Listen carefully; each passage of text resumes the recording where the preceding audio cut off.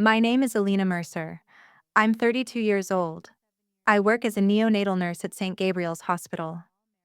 3 months ago, I was 7 weeks pregnant when my mother told me to leave her house. 72 hours later, the DNA results changed everything. Before I go on, please take a moment to like and subscribe, but only if you genuinely connect with this story. And tell me where you're listening from, along with your local time. I always wonder how far pain travels. Now let me take you back to the night the door closed behind me. It was raining, the kind that doesn't fall hard enough to be dramatic, just steady enough to soak through your sweater before you realize you're cold. I remember because I was standing in my mother's kitchen, barefoot on the tile, holding a pregnancy test in my shaking hand. Two pink lines, solid, unmistakable.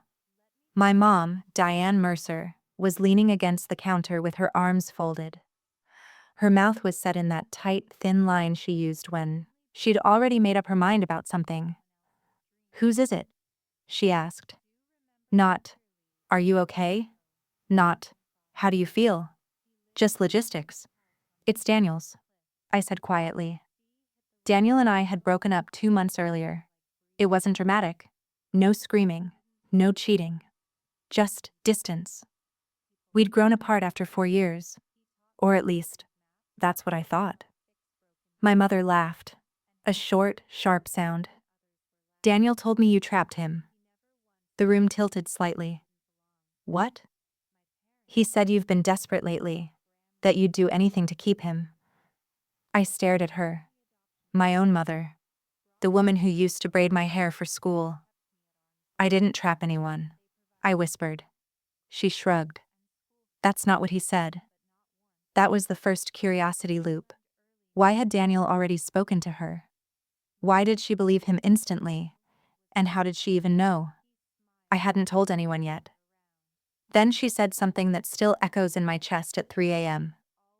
"I will not have this kind of scandal under my roof." Scandal. I was 32, employed, independent. I had moved back temporarily to help her after her knee surgery.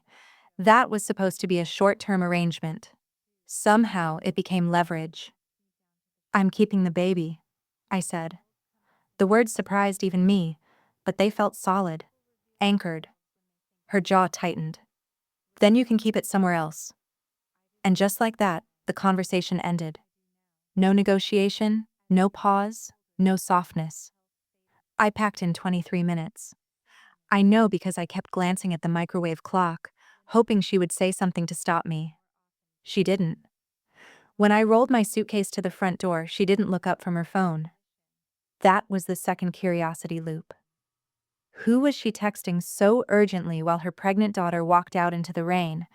When the door closed, it wasn't loud. It was quiet, controlled. That's how she always handled conflict. Quietly. Like it was administrative. I sat in my car and let the windshield fog up. I pressed my palm against my stomach. 7 weeks.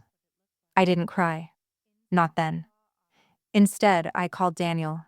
He didn't answer. I texted him. "We need to talk. Mom says you told her I trapped you." 3 dots appeared almost instantly, then disappeared, then appeared again. Finally, "You should have told me before telling her." My chest went hollow. I hadn't told her. So how did she know? That was the third curiosity loop. 72 hours later, I would understand. But that night, all I knew was that my mother had chosen someone else's version of me over mine. If you've ever had someone believe the worst about you without asking your side, you know that particular sting. It's not loud. It's quiet. It settles in your ribs. I drove to a budget motel off Route 9, the kind with faded curtains and a flickering ice machine. I paid for 3 nights in cash. I told myself I just needed time. Time to think. Time to breathe. Time to figure out what Daniel was doing. Because something felt off. Daniel wasn't cruel. Distant, yes. Passive, definitely. But not malicious. So why would he tell my mother something like that? And why would my mother believe him without even looking at me? At 2:14 a.m., I opened my phone again. I typed one sentence. If you doubt this baby is yours, we can do a prenatal DNA test. I stared at it for a long time before hitting send. His reply came 10 minutes later. Fine. Just that. Fine. No reassurance, no denial, no emotion. I lay back on the stiff motel pillow and stared at the water stain on the ceiling. For the first time, I felt fear. Not about being a single mother, but about something I couldn't name yet.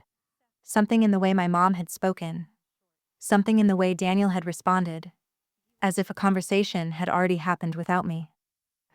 The next morning, I scheduled the test. 72 hours. That's how long it would take for the initial confirmation. Results. 72 hours to prove I wasn't lying. 72 hours to prove I wasn't manipulative. 72 hours to get my dignity back. What I didn't know, what none of us knew, was that those results wouldn't just confirm paternity. They would expose a secret that had been sitting in my family for over 3 decades. And when the lab technician called me 3 days later, her voice was too careful, too rehearsed. Ms. Mercer, there's something unusual about your results. I remember gripping the edge of the motel desk. What do you mean unusual? There was a pause. Are you sure Daniel Mercer is the alleged father? My heart stopped. Mercer. Daniel Mercer. Same last name. A coincidence, I had always assumed. But the way she asked that question, that was the moment I realized this wasn't just about proving Daniel wrong. It was about something far bigger. And my mother already knew. When I was 8 years old, my mother told me something I didn't understand at the time. Family loyalty, she said while buttoning my coat too tightly, is more important than feelings. I didn't know then that she meant her feelings, not mine. I grew up in a small 2-story house on Alder Street, white siding, blue shutters, the kind of place that looks warm from the outside. People used to tell my mom how lucky she was to have such a quiet, well-behaved daughter. Quiet was survival. My father died when I was 4. Car accident. That's the official story I was told. I don't remember his voice. I remember a photograph in the hallway. A man with brown eyes and a polite smile. My mom kept it high on the wall, out of reach. She never remarried. Instead, she managed our home like it was a company under scrutiny. Everything had structure. Dinner at 6 o'clock. Homework at the oak dining table. No friends sleeping over unless pre-approved. And most importantly, no public embarrassment. That phrase showed up a lot. No public embarrassment, Alina. I learned early that mistakes were tolerated, but only if they were invisible. When I was 12, I got my first C on a math test. I cried before she even saw it. Not because of the grade, but because I knew what would follow. She didn't yell.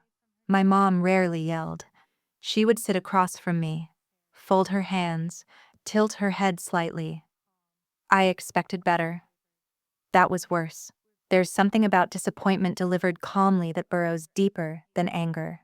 Daniel Mercer entered my life when I was 27. He transferred into St. Gabriel's as a lab technician. Tall, soft-spoken, always slightly unsure of himself.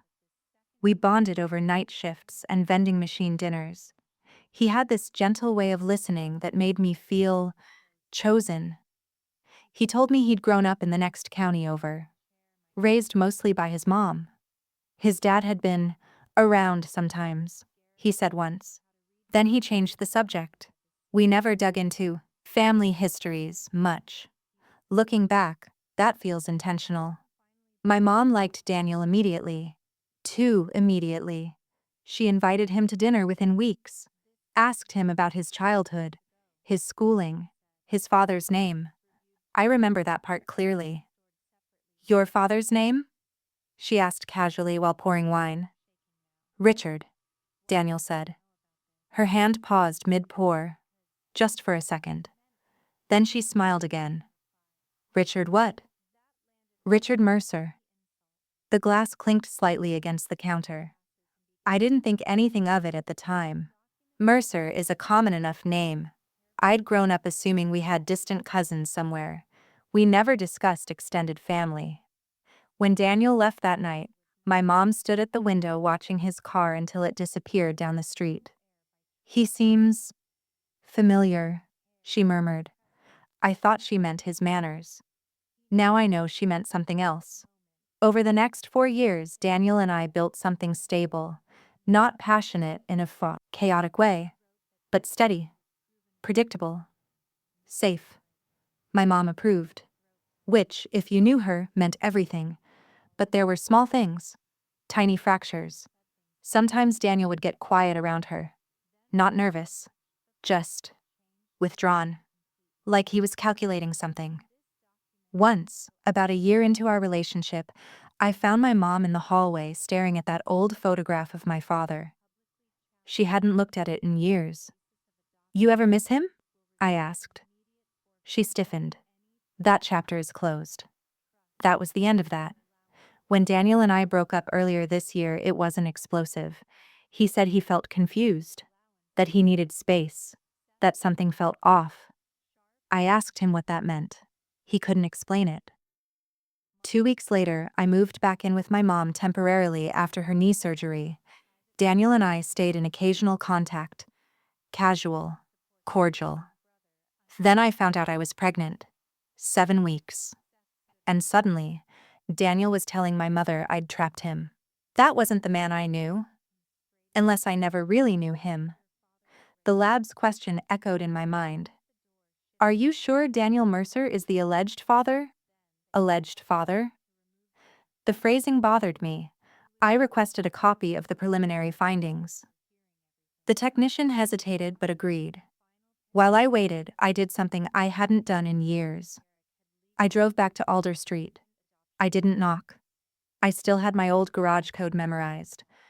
The house smelled the same. Lemon cleaner and something floral. My mom was in the living room, watching a documentary like nothing had happened. She looked up when I walked in. No shock. No guilt. You shouldn't just walk in, she said evenly. I need answers. To what? I stepped closer. My heart was steady now. Too steady. How did you know I was pregnant before I told you? A pause. I had a feeling. That's not an answer. She muted the television. Daniel called me. The words landed heavier than I expected. When? The day before you told me. Cold spread through my chest. What did he say? Her eyes flickered. Just once. He said he was concerned about your behavior, that you'd been acting impulsively. Impulsively? I laughed softly. I couldn't help it. Did he tell you I was pregnant? Another pause. No. She stood up then, smoothed her blouse. You need to consider what this child will mean. The optics. Optics. There it was again. No public embarrassment. I stared at her face, tried to see my own features in it. Suddenly, a memory surfaced. When I was 16, I overheard her arguing on the phone, whisper yelling. You can't just show up after all these years, Richard. Richard. My father's name. Or so I thought. I never asked about that call. Family loyalty over feelings. Now, standing in that living room, something shifted. A slow, quiet realization. Daniel's father's name was Richard Mercer. My father's name was Richard.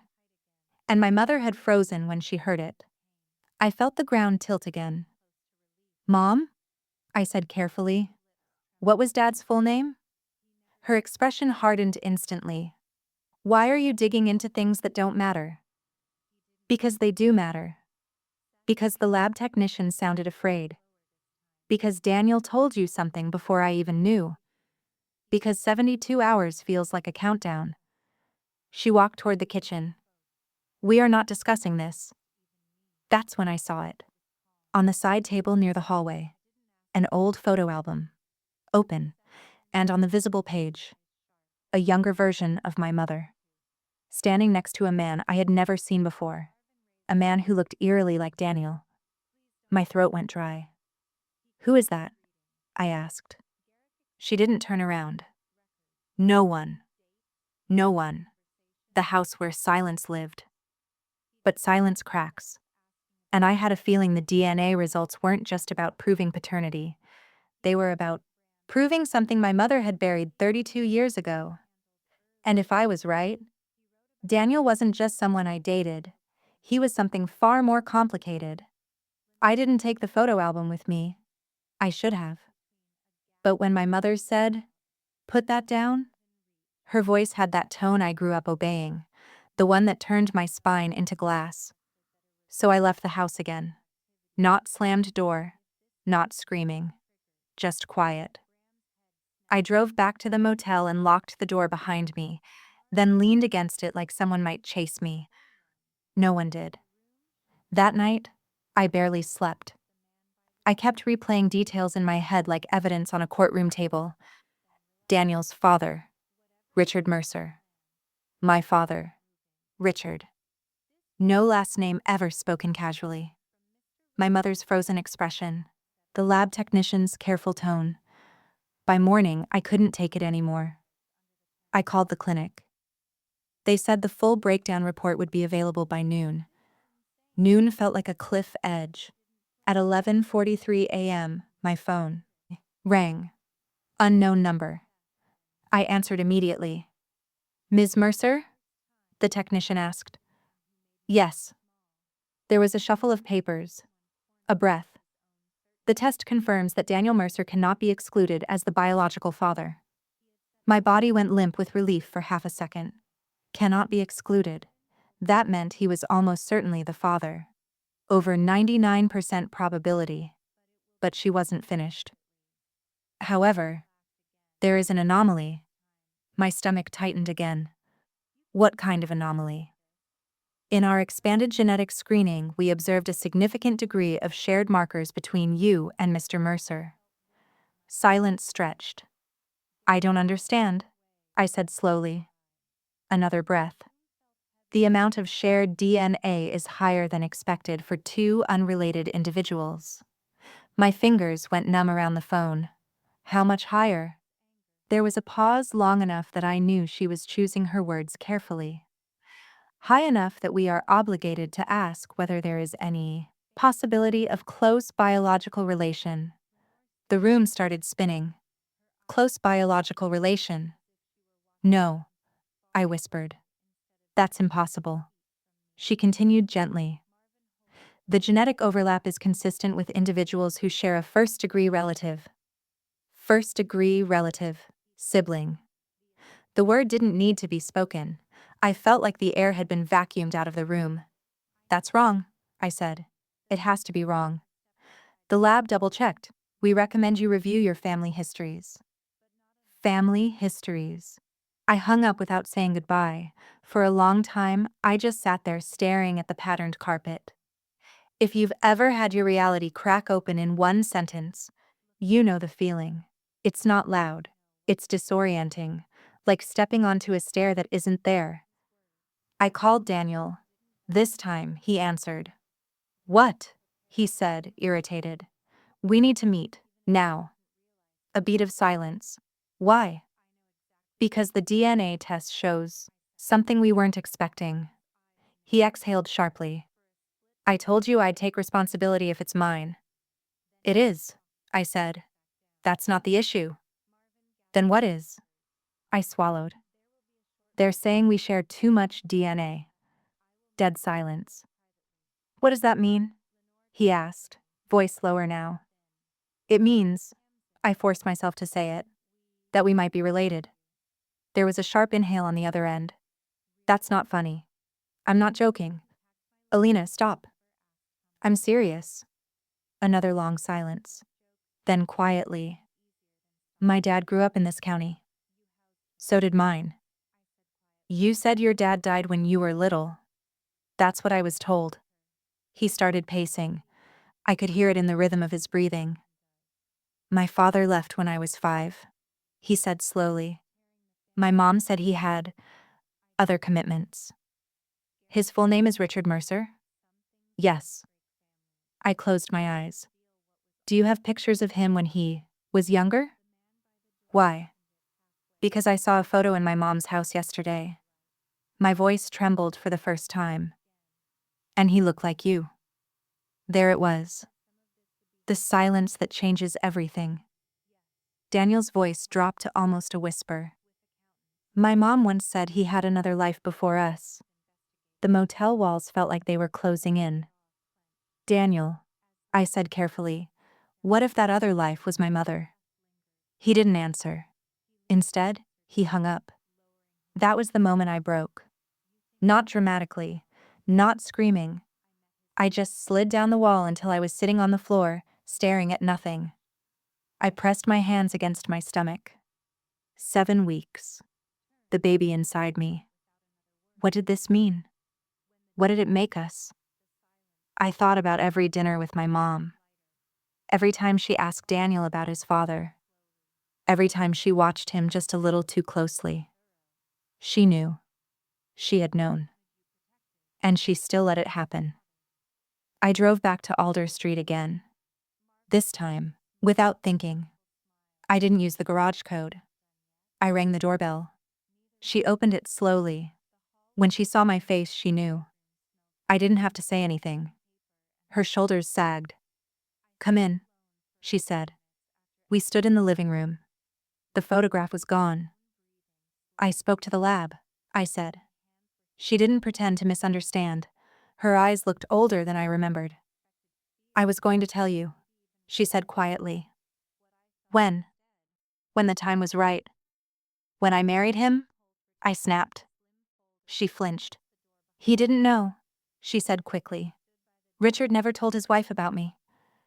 The words felt like knives rearranging my insides. "So it's true." She closed her eyes. "Yes." The room went silent except for the ticking clock above the fireplace.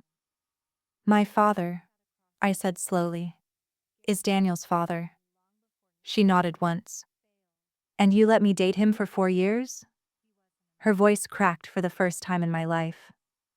"I thought it was coincidence. There are many Mercers. I didn't know for sure until recently." "Recently when?" "When he told me his father's birthday." She had known before I got pregnant, before she accused me of trapping him, before she kicked me out. "You threw me out because you were protecting your secret," I said. Tears welled in her eyes, but I didn't feel moved by them. "I was trying to protect you." "No," I said calmly. "You were trying to protect yourself." The truth hung between us. Heavy. Unavoidable. I felt something inside me collapse. Not rage, not hysteria. Just grief. For the childhood that suddenly felt constructed. For the relationship that now felt contaminated. For the baby growing inside me. My voice was steady when I spoke next. "Does Daniel know?" She shook her head. "He will," I said. She reached for my arm. "Alina, please. We can handle this privately." Privately. No public embarrassment. The phrase echoed like a curse. I stepped back. This isn't about optics anymore. It was about biology, about betrayal, about 32 years of silence. I walked out again. This time, I didn't feel like a daughter. I felt like evidence. And I had no idea what Daniel would do when he understood the full truth. I didn't call Daniel that night. I didn't text him. I didn't try to manage his reaction. For the first time in my life, I let something sit without controlling it. Instead, I drove back to the motel and locked the door behind me. The same door that had closed so quietly the first night. I stood there again, forehead against the wood. Family loyalty over feelings. That sentence had governed my entire childhood. But now feelings were all I had. I sat on the edge of the bed and opened my hospital scheduling app. I was due back on shift in 2 days. 12-hour neonatal rotation, tiny bodies, monitors beeping, fragile beginnings. The irony wasn't lost on me. I spent my career protecting newborns from medical complications. And now, I didn't even know what I was carrying. The next morning, I scheduled an appointment with a genetic counselor. Not through the same lab, a separate clinic.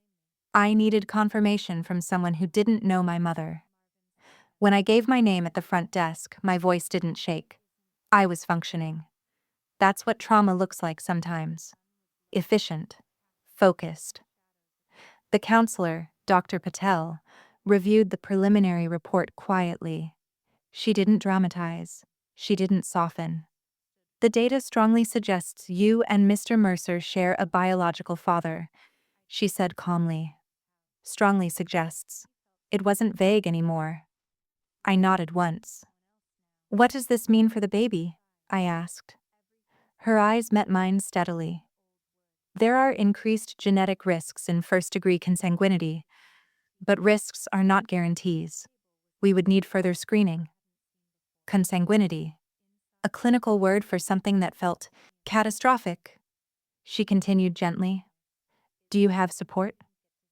I almost laughed. No. She handed me a card. If you need referrals or counseling. I took it. On my way out, I sat in my car for a long time, watching people walk in and out of the building like the world hadn't shifted on its axis. I finally checked my phone. 7 missed calls from Daniel. 3 voicemails. I played the first one. Alina. I talked to my mom. His voice sounded hollow. She confirmed it. A pause. He admitted to having a relationship before he married her. Same time period. Same town.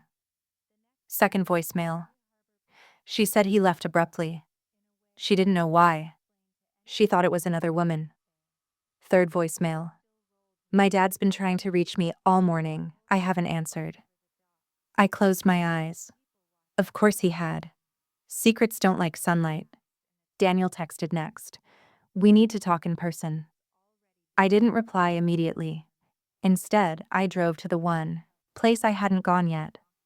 The cemetery. The headstone I'd visited twice a year since I was old enough to drive. Richard Hale Mercer. Hale. That was the middle name my mother never mentioned. The surname that connected everything. I knelt in front of the stone. You could have told me, I whispered. The wind moved through the trees softly. No dramatic storm. Just quiet. That's how it always was. No public embarrassment. I stayed there for an hour. Not crying. Just breathing. Then I did something that surprised me. I called my hospital's HR department and asked about temporary leave. I didn't explain details. Just medical and personal complications. They approved 2 weeks. I wasn't running. I was stabilizing. That afternoon, Daniel and I met at a public park halfway between our homes. Neutral ground. He looked different. Pale. Thinner somehow. We sat on a bench facing the lake. For a long time, neither of us spoke. Finally, he said, My dad confirmed it. I nodded. He said he didn't know your mom was pregnant. I almost smiled at the predictability. Did he apologize? I asked. Daniel stared at the water. He said it was complicated. Complicated. That word men use when they don't want to say selfish. He wants to meet you, Daniel said carefully. That caught me off guard. Why? To explain. I let out a slow breath. I don't need an explanation. You don't want answers? I already have them. He turned toward me then. What are we supposed to do? There it was. The question neither of us wanted to say out loud. About us. About the baby. I'm not terminating because of shame, I said evenly. He swallowed. I'm not saying you should. But you're thinking it. He didn't deny it. The space between us felt heavier than it ever had during our breakup. We didn't know. he said quietly. I know. That has to matter. It does. Silence again. Then he asked the question I had been avoiding internally. Can you even look at me the same way? I didn't answer immediately, because the truth was complicated. I didn't feel disgust. I felt robbed. Robbed of normalcy, of clean history, of choice. You're not responsible for what your father did, I said finally. Neither are you. But we are responsible for what happens next. He nodded slowly. If you've ever had to make a decision where every option hurts, you know this feeling. He rubbed his hands together nervously. My mom's devastated, he said. She had no idea. And mine? I said quietly. Mine knew, and still let it happen. That was the fracture that cut deepest. Daniel looked at me carefully. What are you going to do about her? I thought about that for a long moment. For the first time in my life, the answer wasn't about maintaining peace. I'm not protecting her anymore. The words felt steady, grounded, quiet strength. Family loyalty over feelings had governed my childhood. But now, I was choosing feelings. Not explosive revenge, not public humiliation, just truth and boundaries. Daniel looked at me like he was seeing someone new. What does that mean? He asked. It means she doesn't get to control the narrative. He hesitated. My dad wants to handle this privately too. Of course he did. No public embarrassment. The phrase felt like a generational curse. I stood up from the bench. I'm done living quietly for other people's secrets. Daniel watched me carefully. You're stronger than I expected, he said. No, I replied calmly. I'm just done collapsing. For the first time since the lab call, I felt something other than grief. Resolve. Not loud, not dramatic, just steady. But strength has consequences. And when Richard Hale Mercer called me the next morning from an unknown number, I answered. When Richard Hale Mercer called, I expected arrogance, defensiveness, excuses wrapped in charm. Instead, his voice was older than I imagined, measured, careful. Alina, he said, like he had the right to say my name. I owe you an explanation. I didn't respond immediately. I let the silence stretch. Let him feel even a fraction of the waiting I'd done my entire life. I'm listening, I said finally. He exhaled slowly. I was young when I met your mother. We weren't serious. There it was, the minimizing. But you were serious enough, I replied calmly, to create a child. A pause. I didn't know she was pregnant. You left. My family needed stability. I made a choice. Stability. Another word that sounded responsible but meant selfish. You mean you chose the woman who was easier? I said. His voice tightened slightly. It wasn't like that. It was exactly like that. He shifted tactics. I could hear it.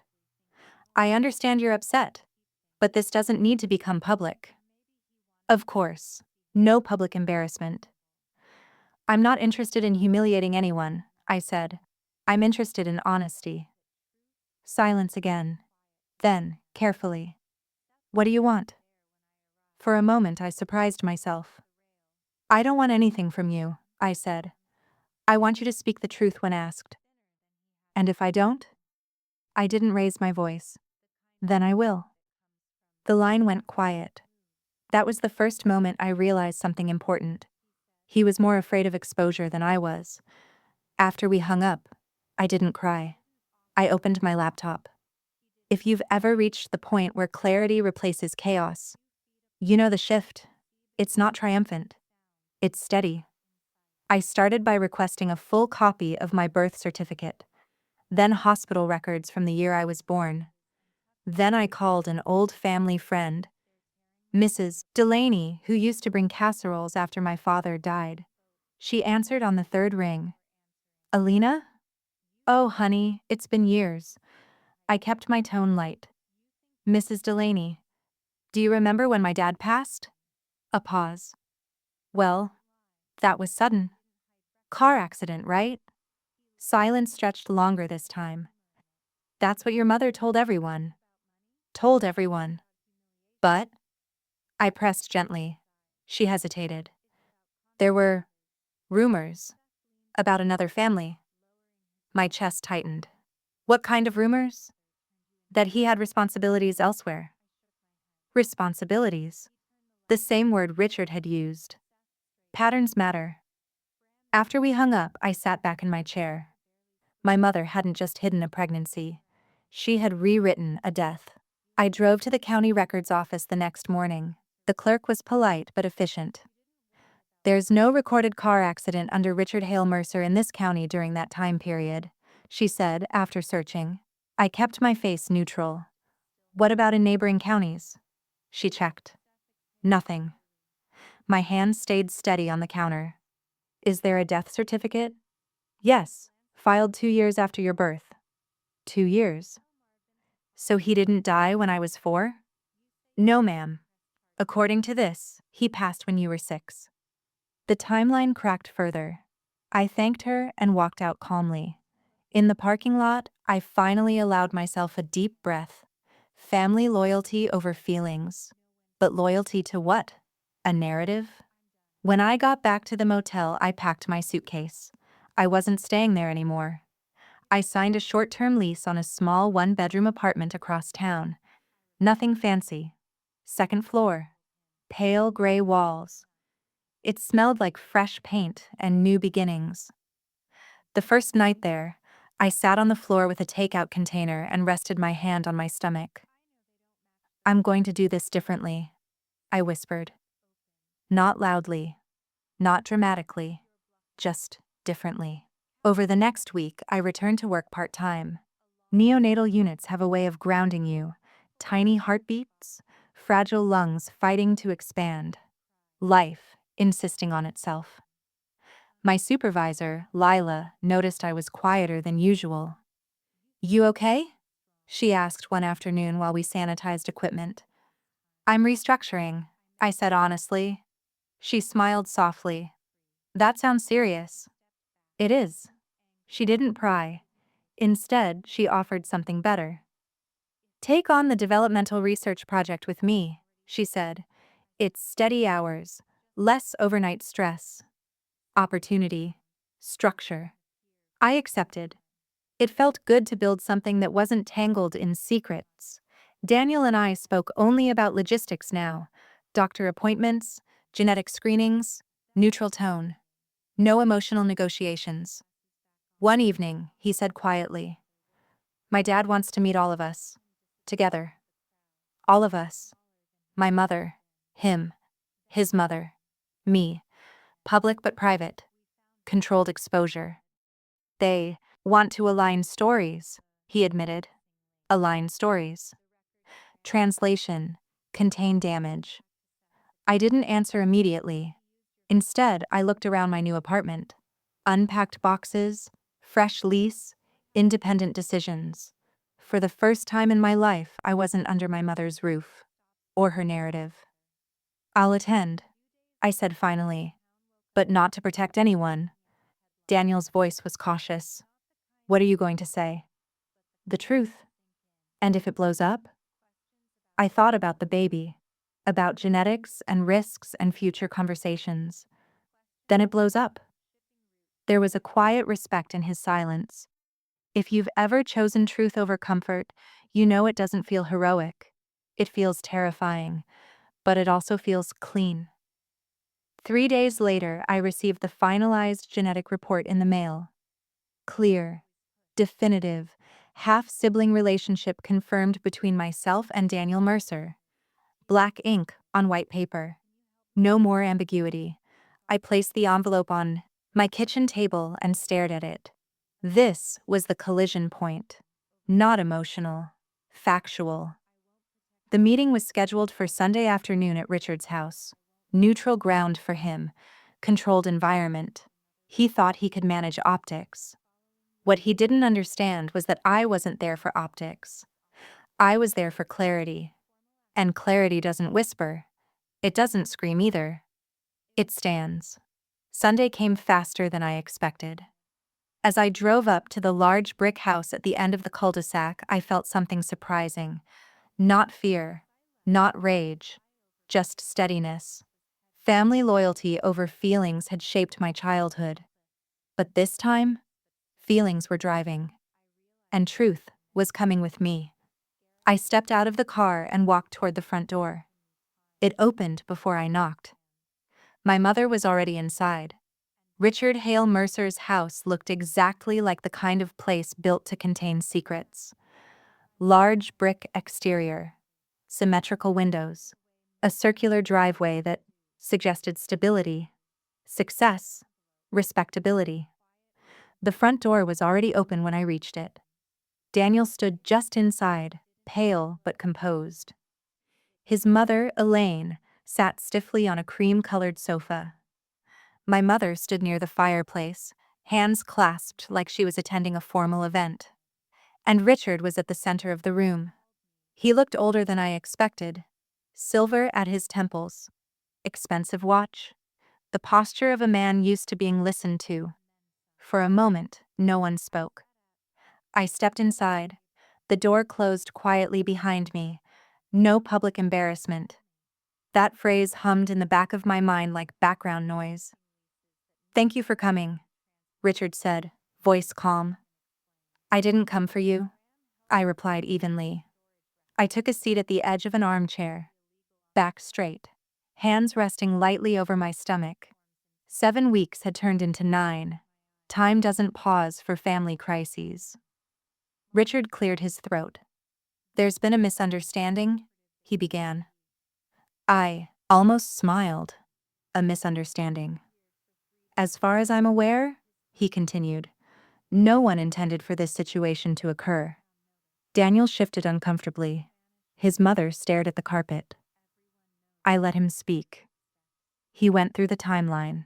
How he met my mother in his early 20s. How it was brief. How he left town to pursue career opportunities. How he later married Elaine and committed fully to that life. He said it like a resume, not a confession. "And you never thought to check whether you left consequences behind?" I asked quietly. He looked at me then, directly. I was told there were none. All eyes turned to my mother. Diane's face was composed, controlled. "I didn't want to disrupt his marriage," she said. The words felt absurd. "You mean you didn't want to disrupt your pride?" I corrected. Her jaw tightened. Elaine finally spoke, voice trembling. "You knew about us?" My mother met her gaze. "Eventually. And you let our children date?" The air shifted. That was the first crack in the room's structure. "I didn't know at first," my mother insisted. "Mercer is a common name." "But you knew before the pregnancy," I said calmly. She didn't answer. That silence was louder than any accusation. Richard raised a hand slightly like he was moderating a board meeting. "What's done is done. We need to discuss next steps." Next steps. Like we were negotiating a property line. Daniel's voice was tight. "There are genetic risks." Elaine looked physically ill. My mother remained still. Richard turned to me. "What are you planning to do?" It was phrased carefully. Not, "Are you keeping it?" But, "What are you planning?" Control disguised as concern. "I'm continuing the pregnancy," I said. Elaine gasped softly. Richard's expression hardened for a fraction of a second before smoothing again. "That may not be advisable. I've consulted medical professionals." "And?" he pressed. "And risk is not certainty." The room felt smaller. My mother stepped forward slightly. "Alina, think about the child." I looked at her. Really looked at her. "For 32 years you've asked me to think about optics, reputation, silence." I placed the sealed envelope from the lab report on the coffee table between us.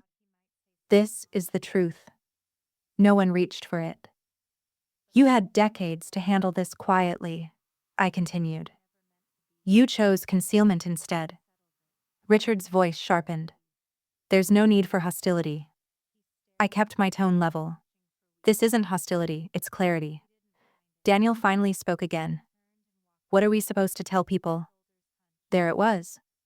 The real fear. Not morality. Not biology. Narrative. I answered without hesitation. The truth. Elaine shook her head slightly. Do you know what that would do to our family? I thought about that. Yes. Richard leaned forward. You would destroy multiple lives over a mistake made decades ago. I met his eyes. You already did that. Silence. Heavy. Unavoidable. If you've ever watched powerful people realize they no longer control the story, you know that shift. It's subtle. A flicker in their posture. Richard tried again. We can arrange support. Financially. Discreetly. Discreetly. No public embarrassment. I stood up slowly. I don't want your money. That's not what I meant. It's exactly what you meant. Daniel looked between us, caught in the middle of a collapse he didn't design.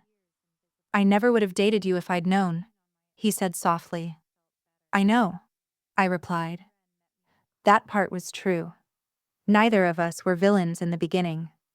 Just participants in someone else's unfinished business. My mother's voice trembled for the first time.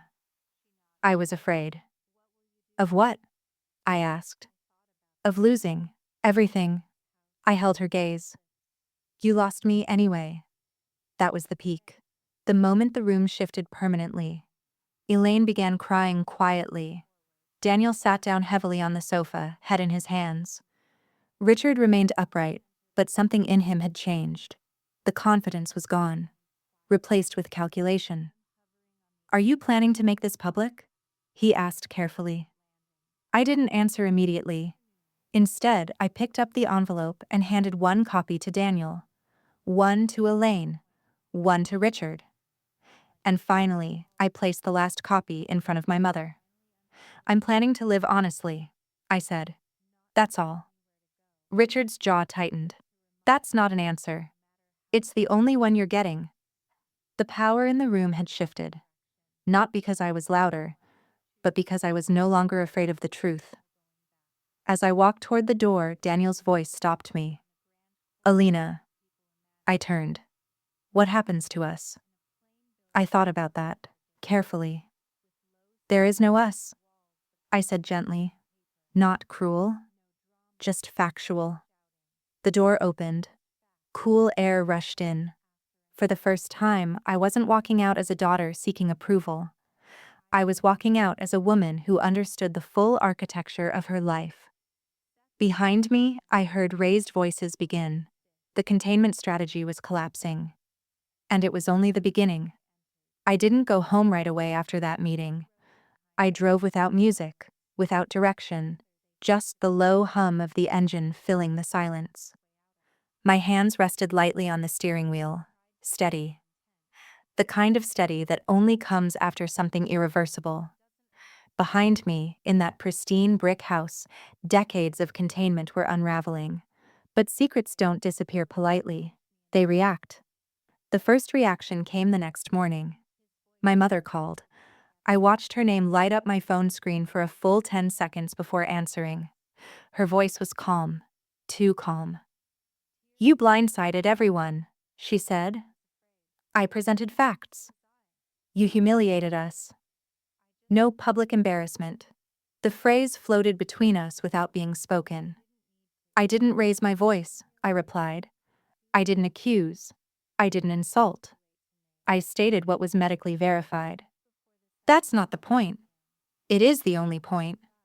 Silence. Then she tried something new. You're emotional right now. Pregnancy changes perception. There it was. Minimize, reframe, suggest instability. I almost admired the consistency. I'm not emotional, I said evenly. I'm informed. Another pause. You don't understand what this will do to reputations. I let out a slow breath. I'm not responsible for protecting reputations built on lies. Her voice cracked slightly. You're being cruel. That word hit differently. Cruel. Like I had orchestrated this. You were willing to let me marry my half-brother, I said quietly. Let's not redefine cruelty. She didn't respond. Instead, she shifted again. Richard is prepared to handle this legally if necessary. That made me still. Legally how? Defamation, emotional distress. You've made accusations. I made statements backed by genetic testing. He says the reports could be misinterpreted. I actually smiled at that. The desperation was surfacing. You're welcome to commission independent testing, I said calmly. I already have. She didn't like that, because she hadn't expected preparation. When we hung up, I felt something click into place. The power dynamic had flipped fully, but it wasn't over. That afternoon, Daniel showed up at my apartment unannounced. He looked exhausted. My dad's spiraling, he said the moment I opened the door. Define spiraling. He's contacting lawyers, talking about protecting family assets. Of course he was, not protecting relationships. Assets. Is he denying it? I asked. No, he's reframing it, saying he was misled, that your mom withheld information. I crossed my arms lightly. She did. Daniel ran a hand through his hair. But he's acting like that absolves him. It doesn't. He looked at me carefully. They're worried you'll go public. I held his gaze. Are you? He hesitated. I don't want this to explode online. Neither did I. This wasn't about spectacle. It was about truth being acknowledged in the right rooms. I haven't spoken to anyone outside the immediate circle, I said. Have they? He swallowed. My mom told her sister. Of course she did. And sisters tell friends. And friends tell neighbors. Truth doesn't stay contained once cracked. That evening, I received a message I hadn't expected. From Elaine, Daniel's mother. Could we talk privately? I agreed. We met at a quiet cafe the next morning. She looked smaller, somehow. Not physically, just emotionally. I didn't know, she said immediately. I believe you. Her eyes filled. I gave 30 years to that marriage. There it was. Collateral damage. I'm not trying to destroy your life, I told her gently. She nodded slowly. I know. I see that now. She stirred her coffee absently. He admitted it to me fully last night. I stayed silent. He knew your mother was pregnant. The air shifted. What? I whispered. He said she told him. But she also told him she didn't want anything from him. That she would handle it alone. My stomach tightened. So he left knowingly. Yes. The narrative fractured again. Family loyalty over feelings. My mother had framed it as protection. But it was mutual self-preservation.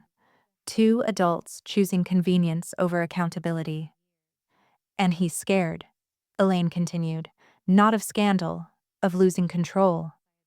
That felt accurate. He's considering issuing a statement through his company, she added. I blinked. A statement? To address personal matters. He wants to control language, corporate crisis management. I almost laughed. You can't brand this, I said quietly. Elaine's lips trembled. I told him that. She reached across the table. What are you going to do? The question echoed Daniel's from days earlier. I took a breath. I'm going to document everything. Medical records, DNA reports, birth certificates, timeline discrepancies. Not for social media, for protection, for my child. Because if you've ever dealt with powerful people protecting their image, you learn quickly. Documentation is armor. That night, an email arrived. From a law firm, not a lawsuit. a formal request to refrain from publicly disseminating potentially harmful allegations pending further verification.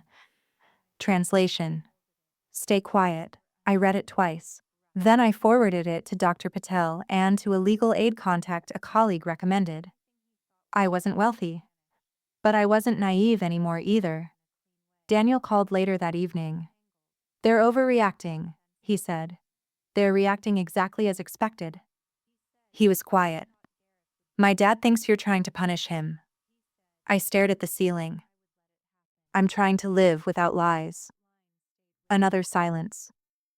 "I don't think I can keep a relationship with him," Daniel admitted softly.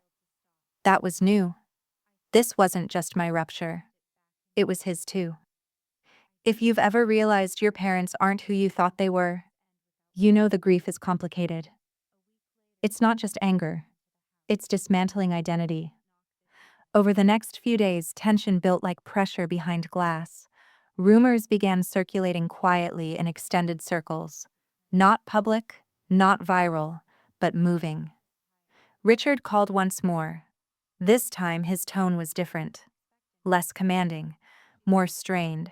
"What do you want from me?" he asked. I didn't hesitate. "A written acknowledgement of paternity, and acknowledgement that you were informed of my mother's pregnancy." Silence. "That would expose me." "It would correct the record." He exhaled sharply. "You're relentless." "No," I said calmly. "I'm finished being quiet." The power shift was complete now. Not because I had leverage, but because I had nothing left to protect except truth. 3 days later, a courier delivered an envelope to my apartment. Inside was a signed, notarized letter, acknowledging paternity, acknowledging prior knowledge. No apology, but no denial.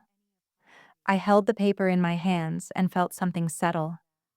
The false narrative had collapsed. The documentation existed. And for the first time in my life, the silence in my family wasn't suffocating. It was broken. When the notarized letter arrived, I didn't feel triumph. I felt still. For 32 years, my life had been built on controlled narratives, carefully edited truths, strategic omissions. Now everything was documented, not sensationalized, not blasted across social media, just written, signed, real. Richard Hale Mercer acknowledged I was his daughter. He acknowledged he had been told about my mother's pregnancy. He acknowledged he left anyway. No apology, but acknowledgement. Sometimes that's more destabilizing than remorse. I placed the letter in a fireproof folder alongside the DNA reports and birth certificate amendments. Not as a weapon, not as leverage, as protection. For my child. Because this story wasn't about revenge, it was about inheritance. And I wasn't talking about money. My mother didn't call for 2 weeks. When she finally did, her voice sounded smaller. "Can we meet?" she asked. Neutral territory again. We chose a botanical garden halfway between our homes. Open space. Public enough to prevent manipulation. Quiet enough for honesty. She arrived early, sitting on a bench beneath a flowering magnolia tree. The irony wasn't lost on me. Magnolias symbolize endurance. I sat beside her. For a while, we just watched people pass. She spoke first. "You've always been strong." I almost smiled. "No," I said gently. "I've always been compliant." That landed. She folded her hands in her lap. "I thought I was protecting you." "From what?" "From instability. From judgment. From being the child of a broken situation." I looked at her carefully. "And instead, I almost married my half-brother." She flinched. Silence stretched. Family loyalty over feelings. That phrase had shaped my childhood. But now I understood something deeper. She wasn't loyal to family. She was loyal to survival, to image, to control. "I won't hate you," I said finally. Her head snapped toward me, surprised. "But I won't carry your silence anymore either." Tears filled her eyes. "Do you forgive me?" It was an honest question. I answered honestly. "I'm not there." No drama, no theatrical withholding, just truth. Forgiveness, I've learned, isn't an obligation. It's a process. And sometimes, boundaries come first. "I'll be a grandmother," she whispered. "Yes," I said, on my terms. She nodded slowly. That was the first boundary.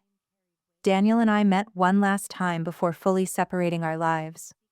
We sat in my apartment, paperwork spread between us. Medical screenings showed elevated risks but no immediate abnormalities. We would monitor carefully. "I don't resent you," he said quietly. "I don't resent you either." And that was true. We had been victims of omission, not intention. He chose distance from his father, limited contact, therapy. I respected that. We agreed on one thing without argument. Our child would grow up knowing the truth in age-appropriate stages. No delayed revelations, no carefully timed confessions. Truth early, truth gently, truth consistently.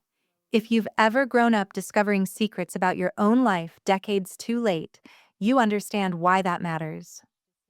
Richard attempted one more maneuver, a trust fund offer. Quiet, substantial, structured. The condition wasn't written but implied. Discretion, I declined. In writing, not angrily, not self-righteously. Simply, "I will provide for my child.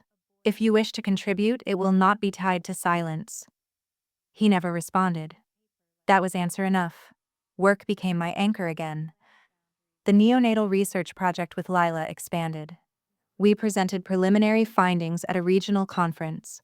I spoke calmly, confidently. For the first time, my voice didn't tremble in rooms that mattered. Not because I had no fear, but because I wasn't hiding anything. Strength doesn't arrive loudly. It accumulates quietly, like breath returning after being underwater too long. At 20 weeks, I stood alone in the ultrasound room. The technician turned the screen slightly toward me. "There's your baby." Tiny spine, small hands, a heartbeat steady and defiant. I pressed my palm against my stomach. "You're not a scandal," I whispered. "You're not a mistake. You're just here." Family loyalty over feelings. The phrase surfaced one last time, but now it had changed meaning. Loyalty to my child's emotional safety would come before protecting anyone's pride. That was the inheritance I chose. Months later, on a quiet October morning, I stood in the nursery of my apartment. Soft gray walls, a wooden crib I assembled myself. A small lamp casting warm light across the room. My mother had mailed a handmade blanket. No note. I accepted it. Not as reconciliation, as acknowledgement of complexity. When labor began, it was steady, controlled, like everything else in my life had become. Daniel waited in the hospital lobby, not in the delivery room, a boundary we both agreed on. After 12 hours, my daughter arrived.